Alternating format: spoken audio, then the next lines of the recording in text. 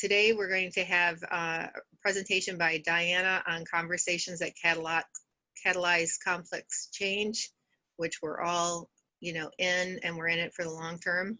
So it's a great topic that we all could benefit from. Dianna. Thank you, Carol. Thanks so much. I appreciate the opportunity to be in conversation with everybody this morning. I'm the CEO of Cylient, and at Cylient, what we do is help people to untie knots individually, for teams, and for entire organizations in order to make change happen. And so what I want to share with you today are some ideas about the kinds of conversations that really ignite meaningful change. And in order to do that in a meaningful way for you, I'm going to be asking you some questions as we go through and asking you to participate with me so that we are having a conversation about conversations as we talk a lot about the context for the kinds of conversations that make change happen. So if we're going to talk about change, the first thing we've got to talk about is what's changing. Because change, I believe, has changed. So I'm just curious, what's changing in your world? If you want to use the chat, feel free to just share with each other what kinds of things that you're really seeing change in your environment. Could be personally, could be for your team, could be for your organization, or even your observations about the world at large. There's just so many moving parts. So that's a way for you to connect with each other as we connect around this subject. So change has definitely changed. I will tell you that my background actually was in large-scale change management. I began my career back in the 90s when we were doing a lot of re-engineering. And it looked a lot like this old model of change that Kurt Lewin put forward, where he said, when it's time to change something, you unfreeze it, then you change it, and then you refreeze it. Anybody remember that? Yeah, I do too, because that's how we used to go about doing our large-scale change management projects. We would plan everything. We would decide what we wanted to change, and we had one goal in mind, which was to be more efficient. And then once the new processes were put in place and we were convinced that the organization would save money, because that was our sole goal, was to be more efficient and save money, that we put everything in place and froze it, told everyone what they needed to do, and everyone just went back to doing what they're doing. Now, if you think about what's happening today, change is very, very different. If you think about it, it's much more personal. When I look at just how people are being impacted, even by our current situation, it's very individual. Some people are thriving. Some people are really having a difficult time with it. Some organizations are thriving, and they find that they have more demand than they've ever had before, while others are having more challenges. If you think about it, a lot of our change now is also behavioral. Thank you to the people who've added some ideas here to the chat. And they're talking about less transparency, uncertainty, work environment feeling different, or changes in relationships. What I want you to notice is a lot of that change is actually behavioral. It's in how we are interacting with each other that in many ways the greatest impact is being felt. Also, change is evolving. It used to be it would freeze, but now it's fluid. It's constantly in motion. Sometimes I say, global warming has hit change because it's just in constant motion. And in many ways, it's aspirational. In the change management project that I described to you, we knew exactly what we wanted to do. We were going to increase efficiency in order to change, or in order to make money for the organization, and we could measure all of that. Now, the kinds of change that we talk about in terms of creating more just and equitable society, in order to talk about diversity and inclusion. These things are aspirational. We will never know exactly that we got there. We just know that these behaviors are really, really important. So if change has changed, one of the things we've got to talk about is just really looking at is our mindset about change evolved. And the first thing I want to just take you back is, why did we used to do the, freeze, unfreeze thing? Well, because the world back when that was created was quite stable. That allowed us to focus the change. So again, if you think about these old change projects, you could set one single outcome and expect to attain that. And that outcome was contained within the walls of the organization that engaged in it. All right, so you had control over all of the moving parts, and we could measure it.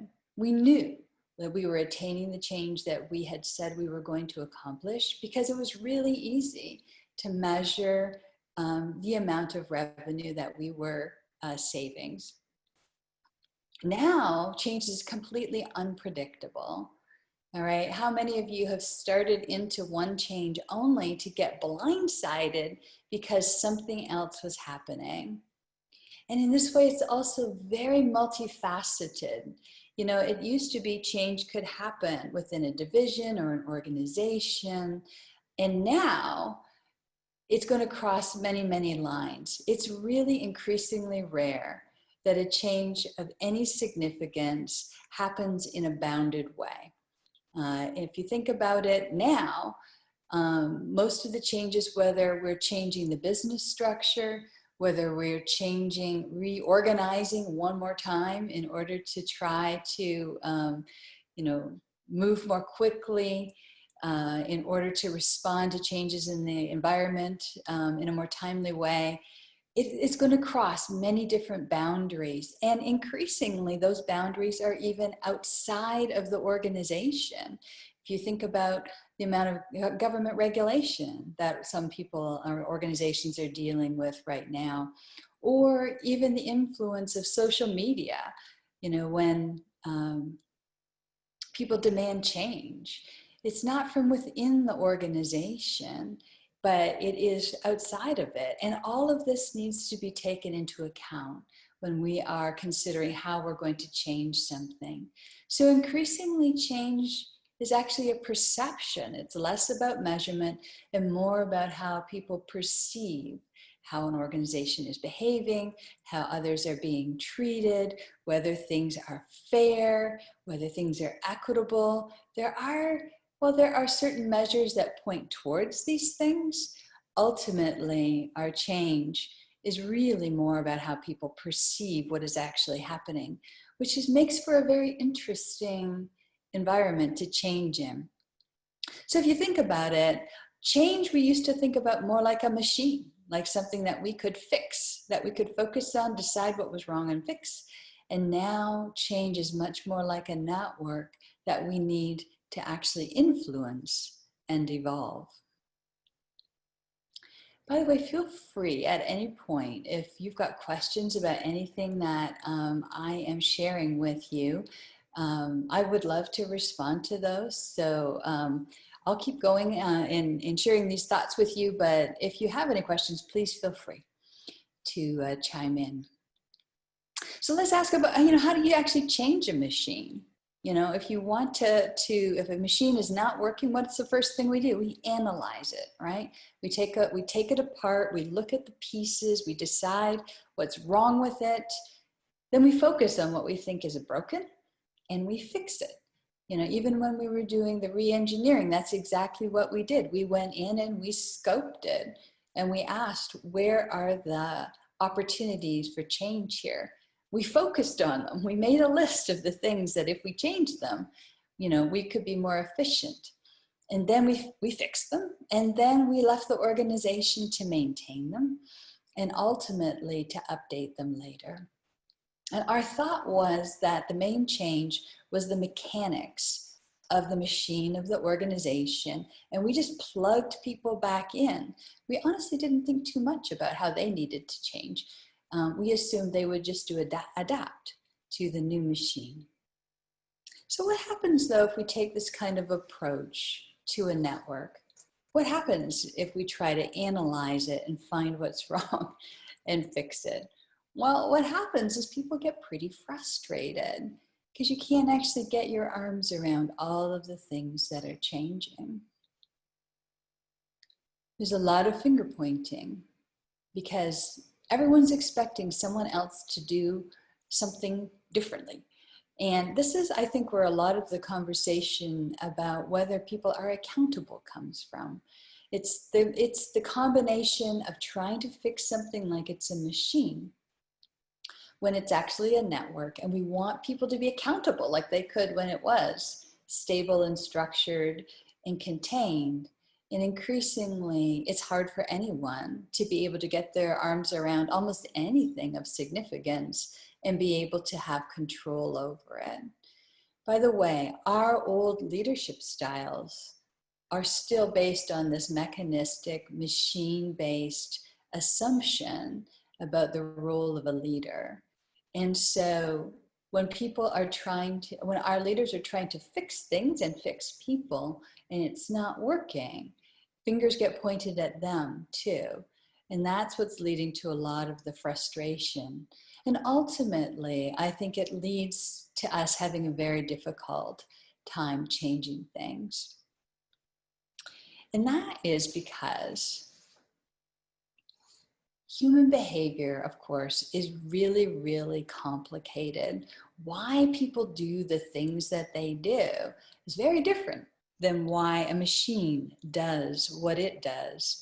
Yet, we continue to try in these new times when change is so behavioral and so aspirational. In many ways, we're still using these old mechanistic approaches to change and getting pretty frustrated that they're not working, which often means that what we decide to do is just keep changing everything. When what we really need to do is step back and go, okay, if the change that we need is for people to behave in a really different way, we need to understand what it is that has people behave. Because the systems that underlie human behavior are not mechanical. They behave more like humans do. And so as we move into how to have conversations that enable us to address complex change, what we're going to be looking at is this confluence of what we need to be talking about in order to influence human behavior and how we can actually do that at scale. And I think the most important part of a conversation is actually the worldview with which you come into it. Because I believe a lot of our conversations about change right now are failing because we have this old mechanistic worldview that says we're trying to fix something. And so what I'm going to walk you through now is how to actually think about human behavior and the kinds of conversations that influence human behavior. And we're going to do that actually with you having your own example, because I think to get the most out of this, it's really important for you to be applying it to something that is meaningful to you. So I'd like for you to envision a change that you would love to see your entire organization embrace that is behavioral. So an example that I am going to use for you is actually someone who's getting really frustrated with their team and moving more and more towards telling people what they need to do to fix the problem. But here are other examples of things that you might think about. So maybe it's encouraging contribution. So that's the example I'm going to use, trying to get people to contribute rather than telling them what to do. It might be collaborating with peers. Maybe you're in an organization where you really need peers to be having more meaningful conversations with each other. in order to address issues that are crossing borders, maybe between divisions or across teams or into different areas. Or it could be appreciating diverse perspectives rather than shutting ideas down. So I want you to think for a moment, and if you're open to it, I'd love for you to share in the chat. What might be a behavioral change that you can envision one single person? So I want you to get one person in mind who's actually behaving in a way that you'd like to see change, because we're going to use that person as an example for you. But I'd like for you to choose a change that you can imagine everyone in your organization adopting as a new way of perhaps leading or interacting that you believe would be beneficial. Because in order for you to understand this dynamic, I want you to feel it and experience it on both levels. So if you're open to it, I'd love for you to share with me in the chat, what's the behavior change that you're going to focus on? You don't need to tell me who it is or any of the specifics, but encouraging accountability and self-awareness over finger pointing. Nice, thank you. Anyone else wants to add? By the way, this is a great way to help others learn with and from you. There may be behaviors that you're going to focus on that would be, that they hadn't thought about, or might be interesting for them to think about. And by the way, at the end of this, I've left time for questions, and would love it if you were to bring your little personal case study forward, maybe share some of what you've learned through going through the process. And if you wanted to get any contribution or ask questions of me or get ideas from others, it would be a great way for you to walk away with something that will be really useful for you. So consider that. At the very least, I hope that as we go through, you're going to take some notes for yourself so that you'll have some ideas of how to apply these things. So I'm going to work with somebody who is actually just telling people what to do. Let's imagine his name is, we'll give him the name Roger. And we'll say that he's got a team that he's getting increasingly frustrated with, and he's doing a lot of finger pointing in terms of things that are not getting done. Now, what would happen if I just told Roger to stop doing that? What if the conversation that I had was, Roger, that's really not working well for your team. You need to cut it out and stop telling people what to do all the time, and stop having that really harsh tone that you sometimes have. No one appreciates that, Roger. You really need to stop. How's that going to work? Is Roger going to be inspired to change? Probably not. But that's what we do often, right? It's so interesting how we often replicate the very behavior that we're trying to change when we try to get people to change. Often it's because we just don't know how to do anything differently. And the truth is, that's been the leadership approach that has been accepted for so long, that often our leaders lack the skill and the understanding to do anything other than exactly what we're depicting here, which is tell people exactly what to do. So thank you for the people who are adding some additional contributions here to the chat. So we've got encourage recognition of their direct reports. Yeah, so important. Change the culture to empower. Yeah, and not shame. Let's see, someone who doesn't know how to solve a problem on delaying results for the impacts the progress of the project. Yeah, this is so relevant. Sometimes when people are afraid to risk being wrong or doing something differently, it can actually be the very thing that delays everybody else, because they are afraid to take the risk of making a mistake. All of these kinds of behaviors, by the way, these are these old mechanistic, machine-like behaviors of intimidating people and wanting them to behave, in the way they're directed, is really what's causing a lot of our current change to stall out. Because people are afraid to take risks. They don't know how to talk about the things that they don't know, even how to give feedback to someone who's behaving in a way that's not working. So let's talk about, first of all, why do people choose to change? not because you yell at them or intimidate them, but I think there's 3 reasons that people will choose to change. And we're going to talk about how to put those in place. So the first one is, if people need to believe that they are going to benefit personally from a change, all right? It has to be something that is meaningful to them. And it's really important that we understand that what's meaningful to a person can be different from person to person. And just because something's meaningful to you or to me does not mean it will be meaningful to somebody else. But people will change, first of all, when they believe that they're going to get a benefit. But the next thing is they've got to be able to, they've got to believe they're capable of realizing that valued benefit. All right. It's like, if you could do this, you're going to get rewarded. But if they believe they don't have a hope of ever achieving that outcome, they're not going to risk trying to learn how to do it.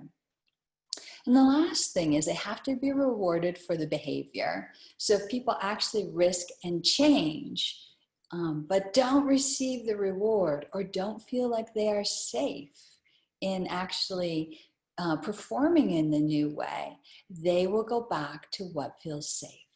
So I want you to keep this in mind, because as we talk about how to have conversation with people to inspire change, these are the outcomes that we are pointing towards. And by the way, change, just like everything else, is a system. All right. So it's not about a one and done conversation. Often significant change means that we're going to have to help people move through this process of both being inspired to change, doing the work to create the new behaviors, and then feeling like they're being rewarded. So let's talk about the kinds of conversations that we can have with people that are going to help them to realize this kind of change. And as we go along, I want you to be thinking about your person that you've got in mind that you would like to inspire to change. And the first kind of conversation that we're going to have is going to answer the question, how did you get where you are? Now, here's why this is important. By the way, one of the things I didn't share with you in the beginning is I've been a professional coach for 25 years. So before I did large-scale organization change, first I started with that, and then I have done 25 years of helping individuals change and organizations change. So what I'm sharing with you is the essence of the framework that I have seen work over and over and over again. And the first thing is we've got to make it safe for people to be doing what they're doing. And as a coach, one of the very first things that I'm going to do with that person or with the organization is help them understand that it's okay that they have arrived where they are. So this is not about shaming or judging or making people feel badly. It's about helping them see a pattern that is at play, that is up for them to change. So in my case with Roger, I might have a conversation with him that would share with him that I understand that he's frustrated with the team. And I know that this is how he's managing them, is how he has probably been managed for most of his life, that people have yelled at him and demanded that he do whatever was expected of him, and he has done that. And I understand that that has been a really successful approach to leadership and one that's been well rewarded through the years. And I might even share with him that that was probably something that got him into the role that he's in. And so what I'm sharing with him is that I understand why he's choosing to do what he's doing. Because by the way, whatever people do, it makes perfect sense to them. And any conversation about change begins with acknowledging that we get where they are, where they are. And we can see and acknowledge that it's not ill-intended, but often it's just an old pattern that for some reason is currently failing. So I want you to think for a moment, what might be some things that you would share with your person that would acknowledge for them that you get where they're at without judgment or without any finger pointing, that says basically, the point of this conversation is, I see you and I have compassion for you. And this creates the kind of connection that allows us to go to the next conversation, which is to ask them or to try to discover what matters most. Remember, people change to attain the things that are valuable to them. And if you don't understand what's valuable either to you or to the person you're in conversation with, to a team or to an organization, it's pretty hard to inspire them to do the work to change. So if I was talking to my friend Roger, I might ask him a little bit about what's important to him. Or, you know what, I might even just read what I'm observing in the team. My guess is the increased frustration that Roger's showing is really demonstrating that Roger cares a lot about being perceived as a good leader, as being effective, as meeting his responsibilities to the company and getting the job done. That might be really important to him, all right, to be that kind of perceived as being a very successful leader. And the fact that his team is having a hard time delivering on that could be really frustrating to him. So what I might share with him is just my appreciation for the fact that he is very dedicated to being a good leader and really does aspire to do the right thing, both for his people and for the company. That might be what's important to Roger. So again, take a moment and consider, what do you think would be important or matter most to the person that you've got in mind? By the way, if you don't know, then that's the next thing you really want to find out. A conversation needs to be happening around that if you're actually going to inspire anyone to change. So the kinds of things, so you can look, you can ask, but the kind of conversation you want is for you to have an essence of, or a solid sense of what's important to this person. So here's some of the kinds of things. What I'm wanting to do is actually then articulate for this person an intention that might motivate change. Notice that an intention is really different than a goal. You know, a goal would be, Roger, you'll make your numbers if you make a change. Now, and if Roger really cares about numbers, then that might be inspiring. But if his sense of, you know, what's important is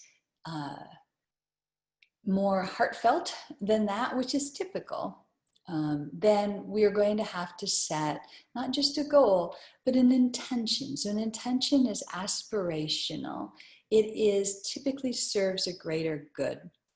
It aligns with whatever is most important. Again, in this case, we're talking about an individual.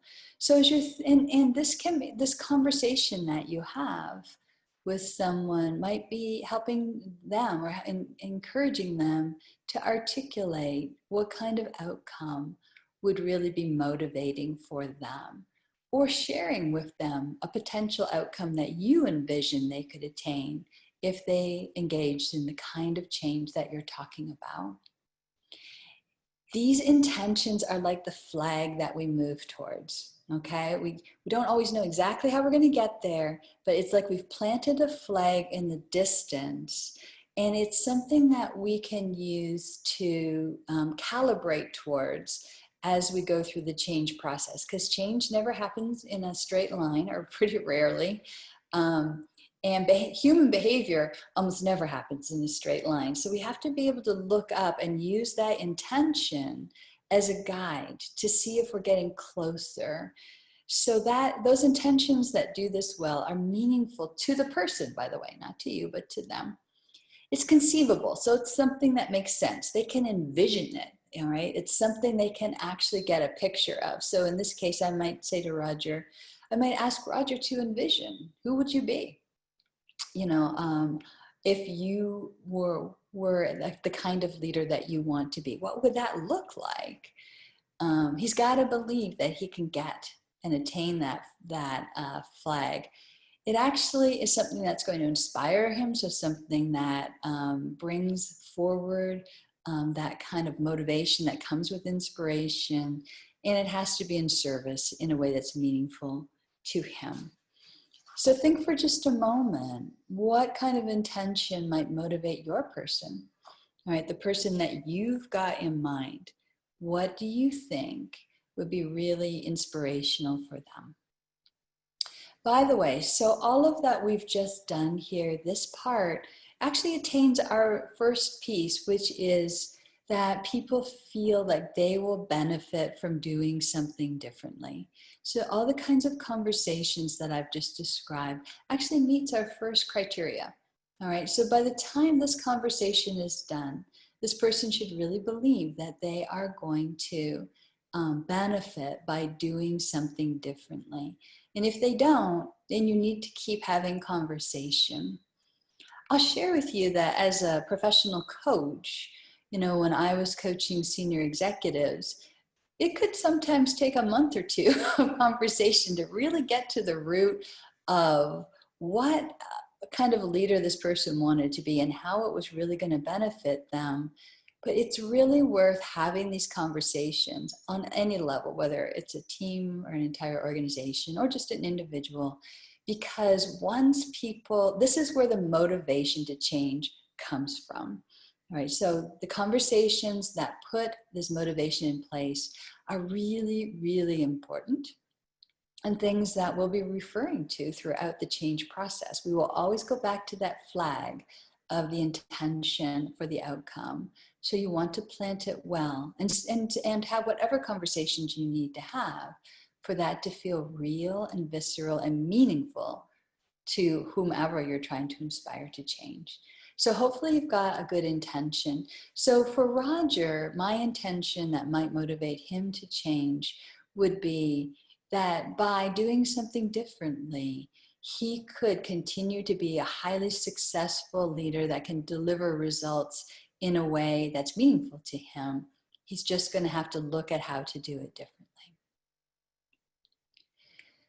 So once we've got that intention, the next thing that we want to do is take a look at how we're going to uproot some limiting behavior. So here's the thing to understand is that whatever people do, it makes perfect sense to them. All right, and it comes as a result of the behavior or a result of the assumptions and beliefs that they have about how the world works. So in the case of Roger, he really believes that a good leader is someone who tells people what to do, who corrects them when they're wrong, and who makes sure they know specifically, what they need to deliver, in order to be correct. So if we're gonna change that behavior, often what happens is, like we did in the very first picture, we often tell people, just stop doing that, right? Which is a little bit like picking the top off of a dandelion. So think for a moment, if you just pluck the top off of a dandelion, what would happen? Well, it would grow back, of course, right? Just like weeds do. And this is what happens with behavior as well. When we simply tell people that they need to do something differently, often that behavior will just reappear in a fairly short time because we didn't get the underlying assumption or belief that was really driving the behavior. So when we're looking at change of any kind, again, we're talking just about a simple personal behavior right now, but we'll talk about how to scale this in just a bit. But the same remains true. There are assumptions and beliefs that we have about anything, what it means to be a good and effective leader, how communication should happen, even what success is. These are all assumptions and beliefs that at times can create real limitations for us. And in order to change behavior, we've got to go and figure out what those are. And we've got to dig them out using our conversation. In this case, we would use coaching approaches actually to help unearth that behavior and to create something new. So the conversation to do that is to talk with someone about how they might be getting in their own way. And so in order to do this, you can be observing the kinds of things that people are engaging in. You can be listening for the stories that they're telling themselves. You can be asking them questions like what they believe good leadership really is. It's about having a conversation to get to the essence of what that one underlying assumption or belief is that's really driving the choices that they're making. So if you think about it, for Roger, his underlying assumption is, it's my job to control everyone and everything. All right, he believes, that is his assumption or belief, that when he is doing that, that he's actually being a really good leader. And there's some subsets to that, which is as a result of that belief, he engages in some behaviors, like I've got to tell people what to do.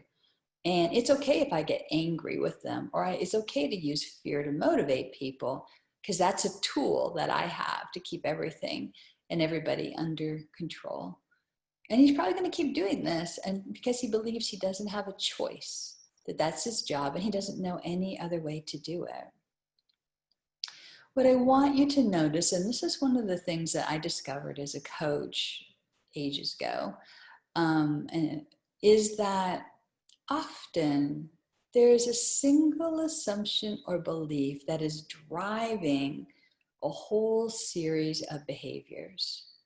And if we can discern what that underlying assumption or belief is that's driving all of that behavior, and engage in a coaching conversation to help that person envision a new possibility, that all of the behaviors that are being driven by that assumption or belief will also change. So in this case, the behaviors that are kind of growing out of Roger's assumption that he's got to control everyone and everything is exactly what I've described here. So take a moment and think about your person. Can you think of an underlying assumption or belief, so whatever this person believes is true about their situation, that could be driving the behavior that you are looking at? So if, let's see, we've got Renee, you talked about maybe encouraging someone to recognize their direct reports. It might be interesting to think about what assumptions or beliefs might someone need to hold if they don't bother to recognize their direct reports. You know, it might be a belief that it's just their job to do whatever they're told. They don't need to be recognized for that. Or they might assume or believe that they never received any kind of recognition, so it can't be that valuable if they didn't get it. Or they might assume or believe that people are just kind of self-motivated. And and I don't know. What's interesting is you can't tell the assumption or belief by the behavior. It's actually very personal to the person. So two people can behave in exactly the same way, but they can do it for very different reasons. An example might be someone who's telling people, you know, their direct reports, what to do. One might be doing it because they assume that if everything is done perfectly on their team, that they're going to be seen as being a very effective leader, and they don't want to risk making any mistakes. So they're being driven by perfection. Another one might be terrified of actually giving feedback to people, and they're just telling everybody what to do so that they don't have to engage in some conversations they're not comfortable with. Different motivations, similar behavior. So this is a really important part, because as I said, I often find that if you can figure out the one central assumption or belief that's driving whatever people are doing and have some conversation about that, you are able to actually help them see the limitation of that behavior. And so the conversation around this is helping people see that what they believed was true. Let me take you back for just a moment. Conversation here is to help them see that what they believe is true is actually limiting them in a way that they're not aware of. Okay, it's a not. They're not aware that the assumption or belief that is still driving their behavior is no longer true. So once they can see, so for Roger, once we had some conversation about his assumption or belief, he might come to the realization like, oh my goodness, I'm actually making the situation on my team worse, not better. It's not my intention, but now I can see how maybe all of my raising my voice and commanding that people, get things done is actually causing a lot of intimidation and people for shutting down. It's actually not helping any of us. If you had that aha experience of seeing the limitation, by the way, this is where the real motivation to change comes from, is when people recognize how they're getting in their own way and they realize that they're really going to be able to change, benefit by doing something differently. What we need to do now is somehow help them to see a new possibility, right? And again, this is going back to our intention. Can you illuminate how things would be different if they chose to do something differently? So in Roger's case, we might have some conversation with him. I might ask him about what he has seen that has worked before, or what kind of team he would like to be on, or if there's a leader that he admires. So what I'm looking for are any kind of understanding he has of something that's positive and that would be productive, that he could get as an image, that he could imagine himself kind of moving into, that's going to help him to be different. So hopefully he has either seen, or I can tell him stories about other leaders that I've seen who might lead in a more compassionate and empathetic way. And I could describe those to him. Or maybe he has other leaders in his, network that he really admires. Whatever I want to do, I want to have some conversation that helps people to envision a new possibility, and they need to feel it. All right. It can't just be, instruction. You need to paint a picture of what life could look like. So in Roger's case, I'm like, I would be, Roger, what if the very kinds of conversations I'm having with you, you started having with your people? What if you started to actually coach them to be different? I'm going to ask him, what's possible for you? And if he could envision how he would be more successful if he was actually coaching others to realize more of their capability, he's going to be really motivated for change. So again, as people start to see a limitation, the next phase for them is to envision a new possibility. And we drop that in like a seed, okay? It's like we plant a new seed of possibility. That feels positive and feels like something that people want to put energy into. And this is really a powerful part of the change process, is for people to really believe that something could be different. So think about your person. What could you envision? What new assumption or belief would help them to attain the thing that is most important to them and help them to really, really be successful? Think about that. Maybe write that down. Now, and so there's probably some underlying assumptions or beliefs I'm going to have to work with Roger on. In order to get here, I'm going to have to help him see the impact that shouting at people has, about shutting them down. I'm going to have to help him see that people, whatever they're doing, it makes sense to them. And that actually, if he wants them to change, he's going to have the very same kind of conversation I'm having with him. So there can be different pieces to an assumption or belief, but when we understand what we're trying to shift or help someone envision, we can focus our conversation in a productive way. We can move away from blaming and shaming them and start to motivate them to put the energy in to do something differently.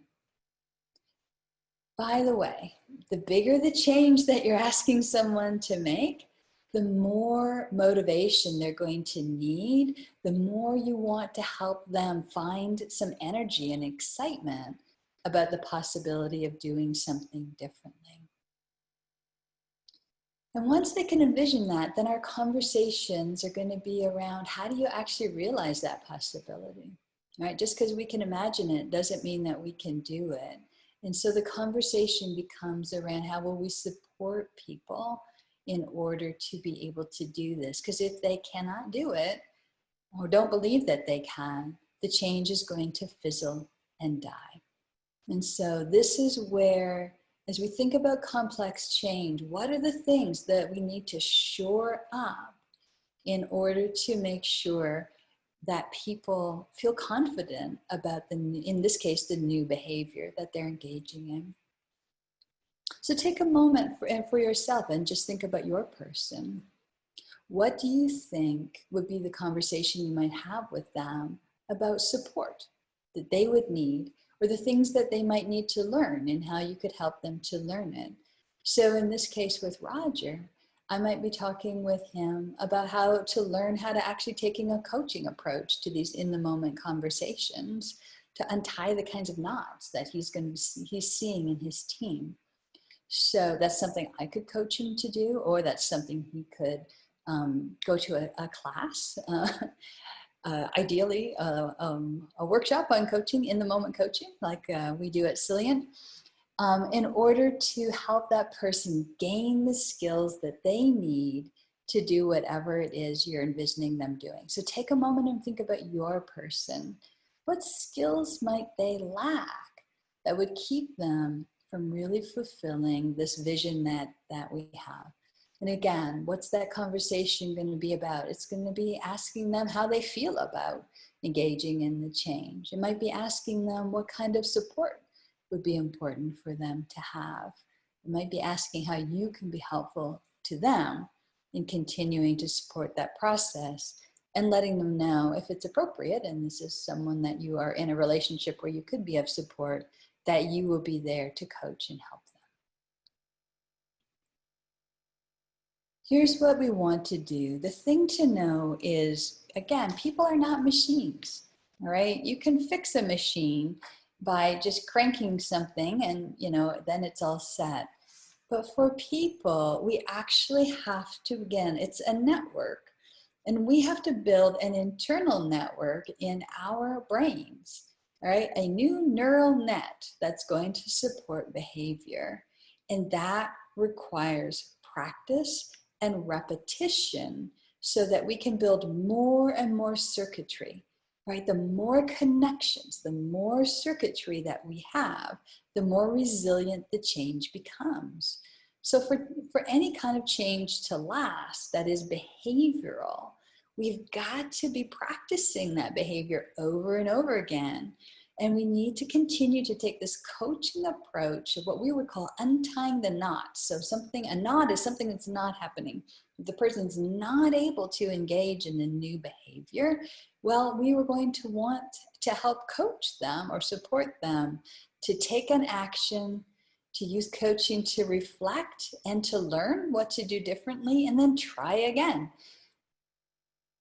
Change in networks is very, very iterative, all right? And so one of the things that we need to think about in complex change is it's not like a machine, all right? We're going to have to continuously support that learning process.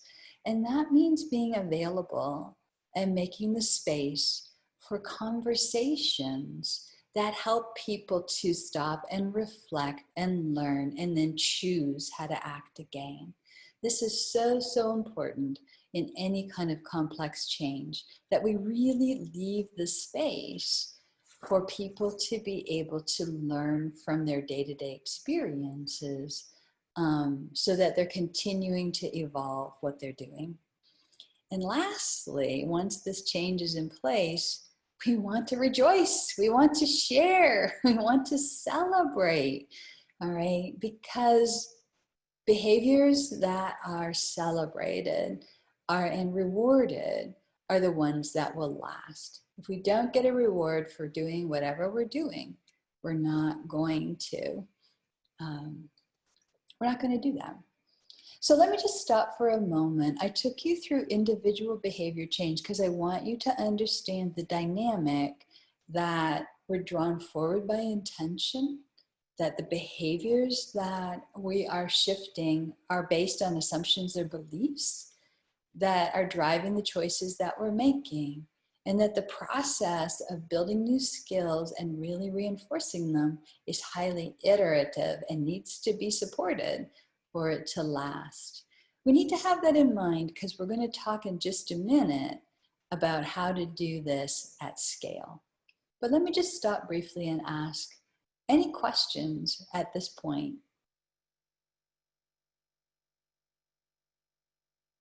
You can put those in the chat, sorry, because you're all muted. All right, I'm not seeing anything come up, so, oh, did we get one? Sorry. Oh, someone's leaving. Okay, fantastic. All right, well, let's talk about how we're going to catalyze conversations at scale. All right, so if we understand that human behavior is actually a network, in that we have to build an internal network in order for people to change, guess what? If you want an entire system to change, you've got to be able to build a network too. So we're going to take the conversation that you just had, and we're going to walk through how we might take this at scale. All right, so I want you to think about whatever change you just envisioned for the individual. Let's say that you are in charge of actually making that kind of change happen for your entire enterprise. All right, you don't just want Roger to change. You want your person, whatever your change is, you want to be everywhere. Let's just take a moment and consider how we are going to do that. And what I want you to see is that just like human behavior, everything in a organization is a system as well. It's a network as well. And we have to care for all the elements of behavior change. We're just going to do it slightly differently. So remember how we had our 3 conditions. People had to believe that they would benefit from change because that's what would inspire them.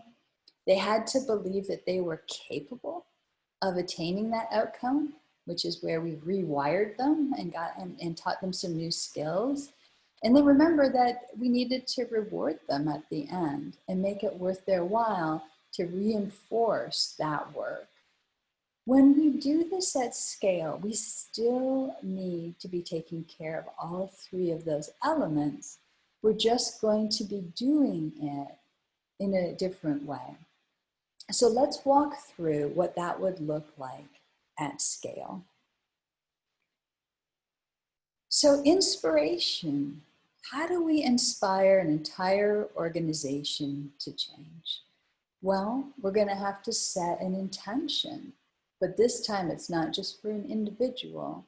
This is your leadership team or other people of influence, really articulating the intention of how whatever the changes that you're envisioning is actually going to benefit the business or whatever entity you're focused on in a meaningful way.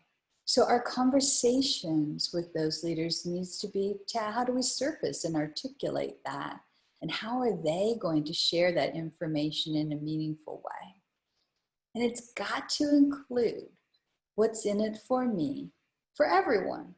So again, it's not just we're going to make our numbers if we do this. That might be inspiring to a few people.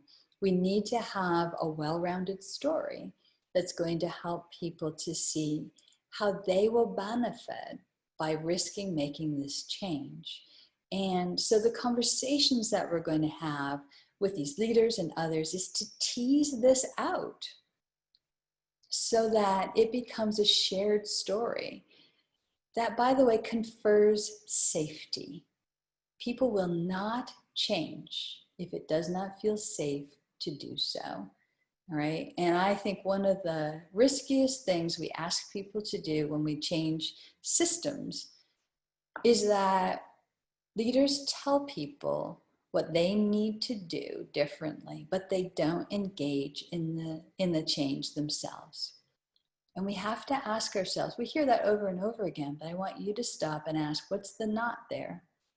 Why would leaders not behave in that way? Why would they not embrace the change? And your answer is in that third bullet, because it's not safe to do so.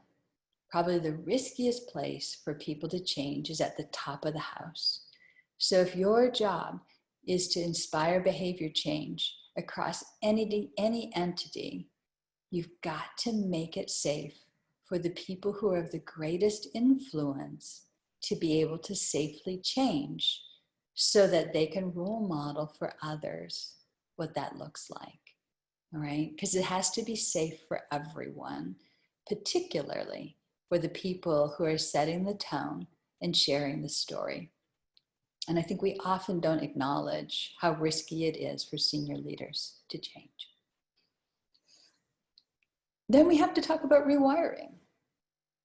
So actually, I'm sorry, I meant to say, think about that for the intention and how you're going to inspire people on scale. What would be the story you would share with your entire organization about how making that behavior change is actually going to impact the business in a positive way and make a difference, but for them and for the greater good of the organization. Then you've got to provide people with the skills to do whatever the new behavior is, and you've got to be able to reinforce it. All right, because rewiring, again, whatever we do, it makes perfect sense to us.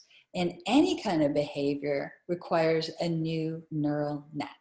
All right, new series of connections that happen in our brain.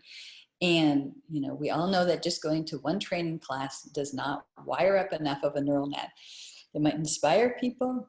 They might understand why something matters. But if we really want to see any kind of complex change take place, whether it's, increasing diversity and inclusion, whether it's embracing a new business model, whether it's talking with each other in a new way, one of the first things we're going to have to do is look at the old assumptions and beliefs that are keeping these behaviors in place, and actually start to, through story and through practice and through training, challenge those old assumptions and beliefs and put some new ones in place.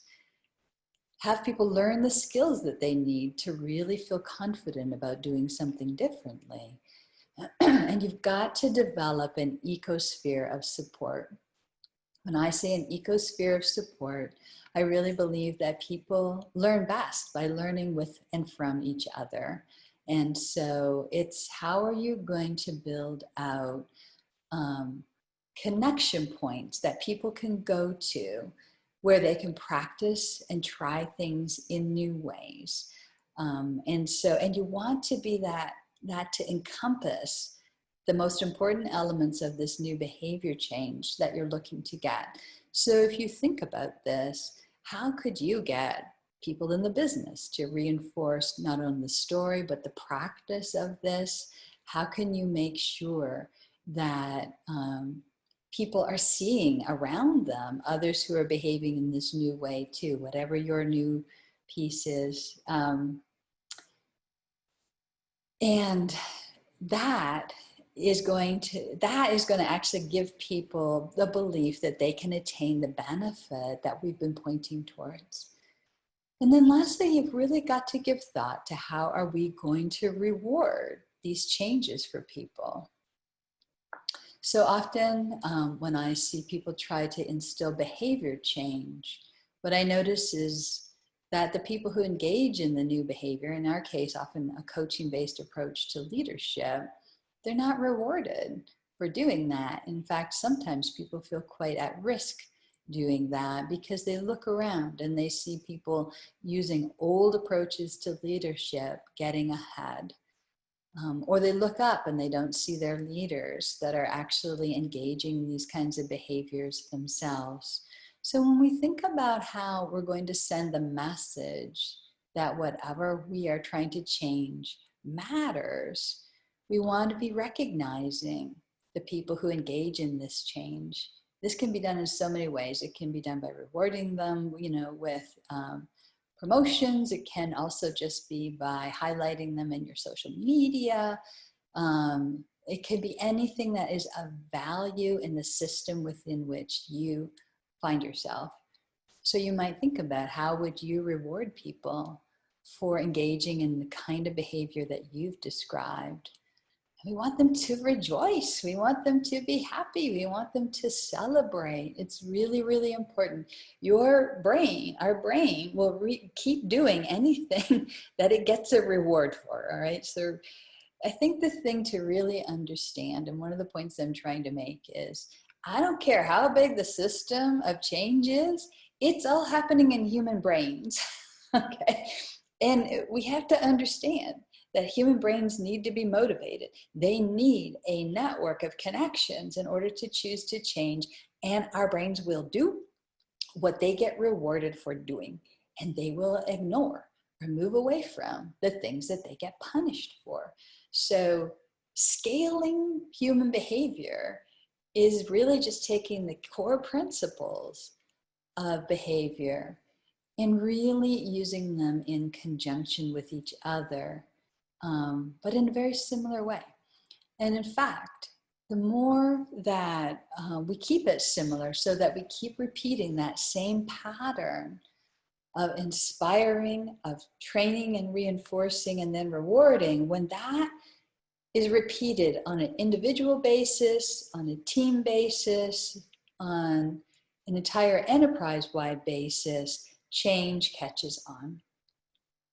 And what I would tell you is, the thing that unites all of this, by the way, are the conversations that we are having. And so, and by the way, it's the participation of everyone in this process that actually makes complex change happen. So the people who are inspiring, those are the folks that anyone looks up to. It doesn't have to be your most senior leaders, by the way. I always say, find your imaginal selves. These are the people that can envision and understand the value of doing something differently. Get them on your team, make them your champions, and have them share why they believe that this is important, because they will role model whatever it is that you want to change. All right. And if you look at it, almost everything that we're doing now, even if it's a new business model, is founded on a whole new set of behaviors. All right. The model will fail unless someone is showing you who you need to be to make that new structure work. We want, between rewiring and rewarding, we want to be rewarding learning. Okay, we want to see that happening. We want to feel and understand what that looks like. And then we want to share. We want to make sure that we're sharing the stories and the outcomes of what the changes that are happening, because that's what rewards the entire system and reinforces going back around through this whole learning process. By the way, you're going to just keep realigning. Every time you go through this, you will learn more things. You'll deepen the capabilities. You'll expand your ability to change faster and more efficiently if you capture the learning in a coaching kind of approach. And the heart of this is what we call untying the knot. Knots are just things that are not happening.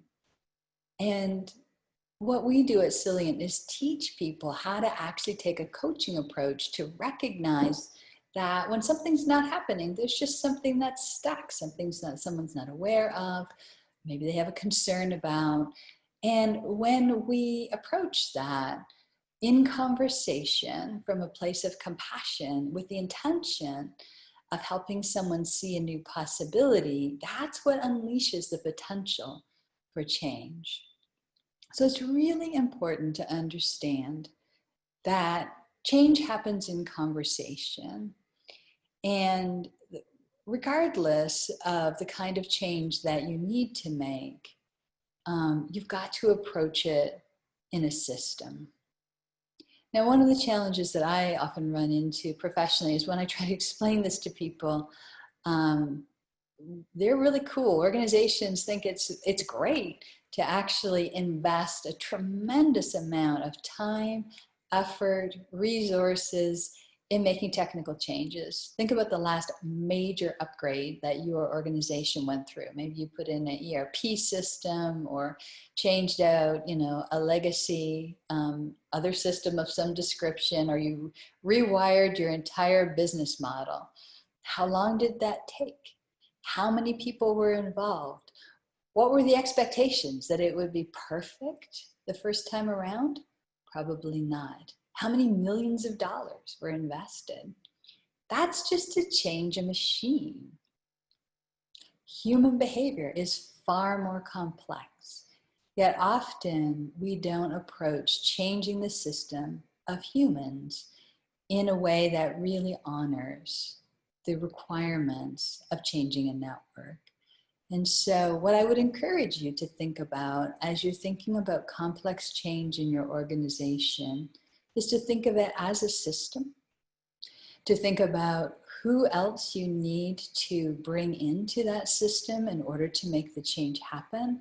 And most importantly, what are the conversations that you might need to have with them in order to have them change their behavior and actually choose to invest their time, effort, and resources to make this happen.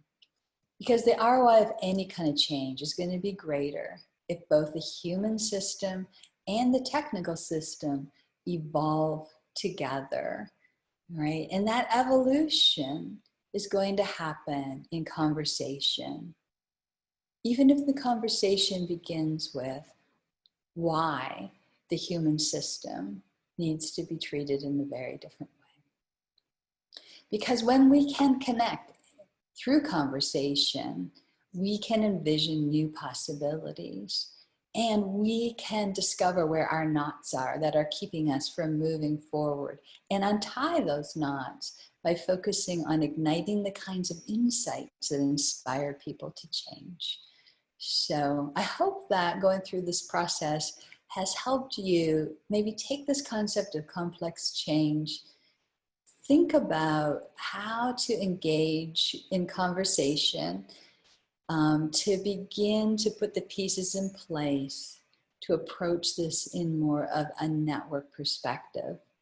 And here's the thing to remember, is that if something is not happening for you, there are just some knots.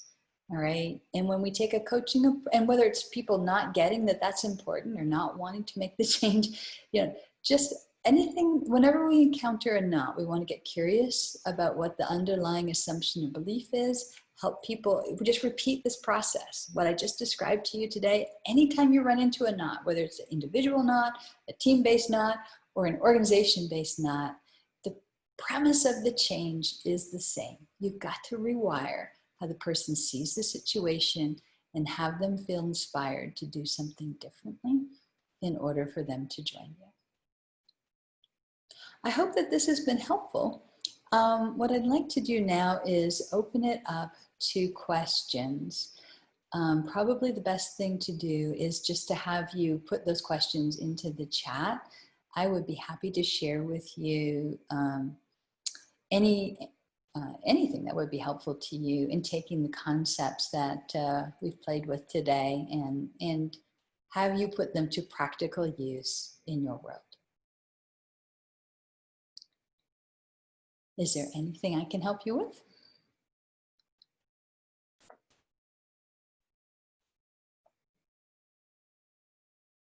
Okay, great. Someone's back. Well, I'm not seeing anything, so my contact information is here.